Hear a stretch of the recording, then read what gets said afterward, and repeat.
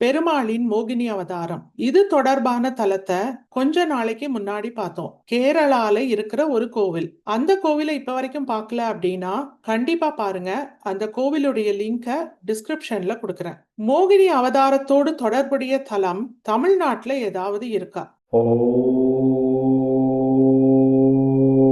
காளமேக பெருமாள் திருக்கோவில், திருமோகூர், மதுரை மாவட்டம். இந்த கோவிலை பத்தி தான் இந்த காணொளியில பார்க்க போறோம். பலருக்கும் தெரியாத பல தகவல்கள் இந்த காணொளியில இருக்கு. அதனால காணொளியை ஸ்கிப் பண்ணாம கடைசி வரைக்கும் பாருங்க.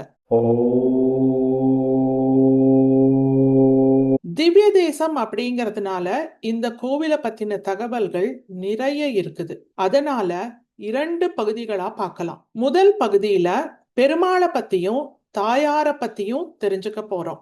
2வது பகுதியில சக்கரத்தாழ்வார பத்தி தெரிஞ்சுக்க போறோம். இந்த காணொளியில என்னெல்லாம் பார்க்க போறோம் அப்படிங்கறத சுருக்கமா சொல்லிடுறேன். அதுக்கப்புறம் ஒவ்வொரு தகவலையும் விரிவா பார்க்கலாம்.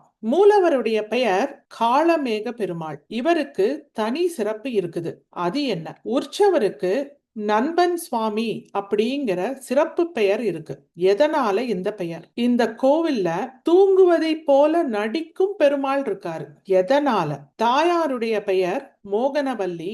அவங்களுக்கும் இந்த தலத்துல எங்கேயும் இல்லாத சிறப்புகள் இருக்கு. அந்த தகவல் என்ன? ஆண்டாளும் இங்க அருள் புரியுறாங்க. வேற எங்கேயும் இல்லாத விதம் ஆண்டாளுக்கும் இங்க ஒரு சிறப்பு இருக்கு. அந்த சிறப்பு என்ன? கோவிலுடைய மற்ற சிறப்புகளையும் சக்கரத்தாழ்வார் பத்தின தகவலையும் 2வது பாகத்துல பார்த்துக்கலாம். மூலவர் காளமேக பெருமாள். இவருக்கு எதனால இந்த பெயர்? காளமேகம் அப்படின்னா கருமையான நிறத்துல இருக்கிற மேகம். எப்ப மேகம் கருப்பா இருக்கும்?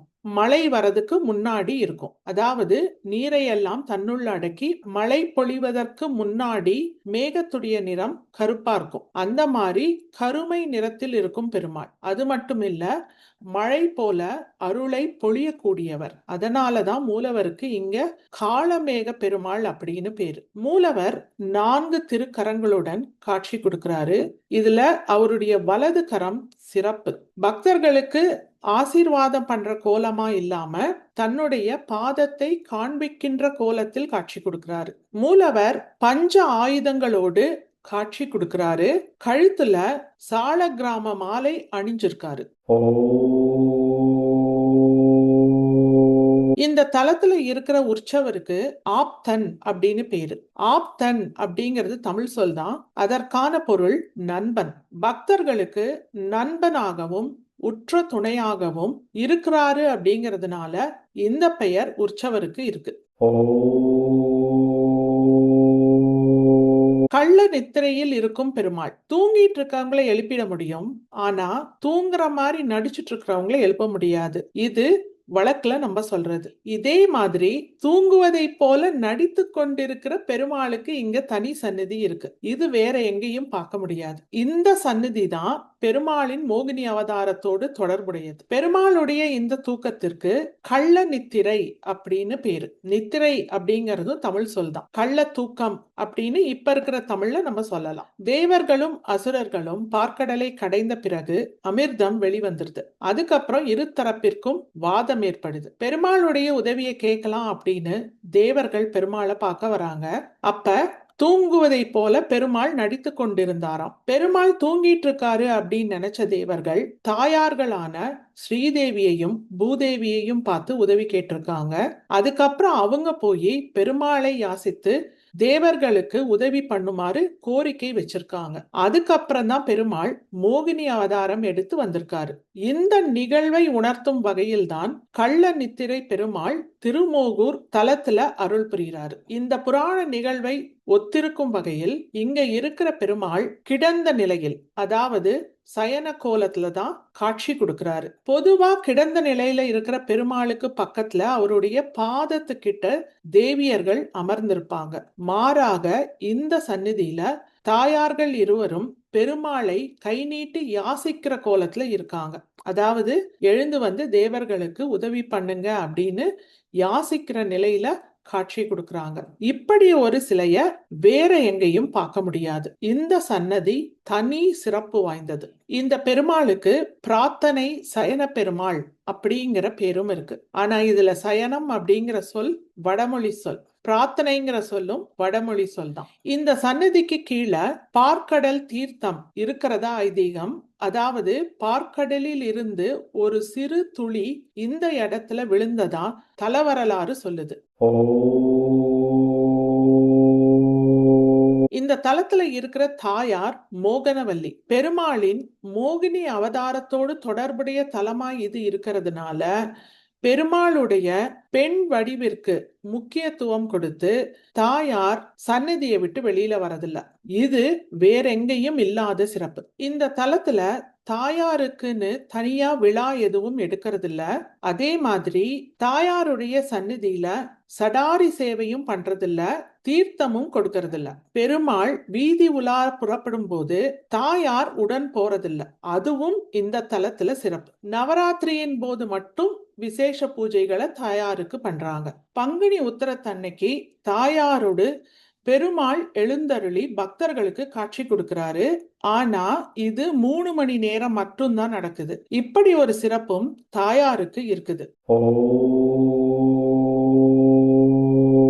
பெருமாள் வீதி உலா போகும்போது தாயார் உடன் போறதில்ல. தாயாருக்கு பதிலா ஆண்டாள் பெருமாளோடு போறாங்க. இது வேற எந்த தலத்திலும் இல்லாத சிறப்பு. இது எல்லாமே பெருமாளுடைய மோகினி அவதாரத்தை மையமா வச்சு வழக்கத்துல இருக்கு.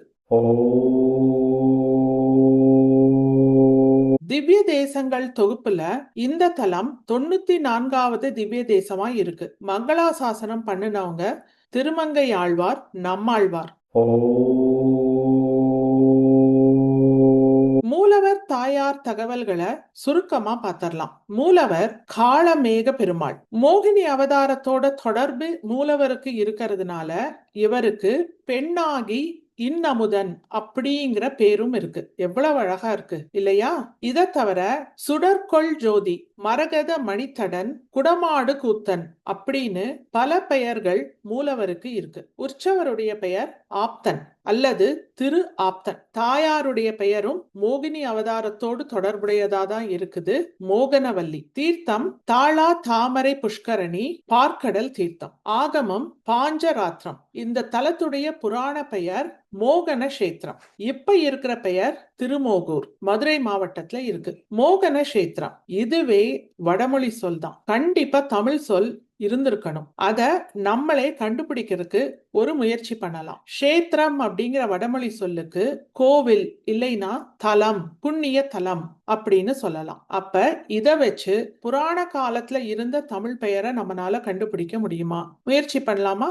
இப்ப இருக்கிற பெயர் திருமோகூர். வடமொழி சொல் மோகன கஷேத்திரம். கஷேத்திரத்தை தமிழ்ல மாத்தணும் அப்படின்னா மோகன தலம் இல்லைன்னா மோகன கோவில் அப்படின்னு சொல்லலாம். தலம்ங்கிறத ஊராகவும் நம்ம மாத்தலாம். அப்ப மோகன ஊர் சேர்த்து சொல்லும் போது மோகனூர்.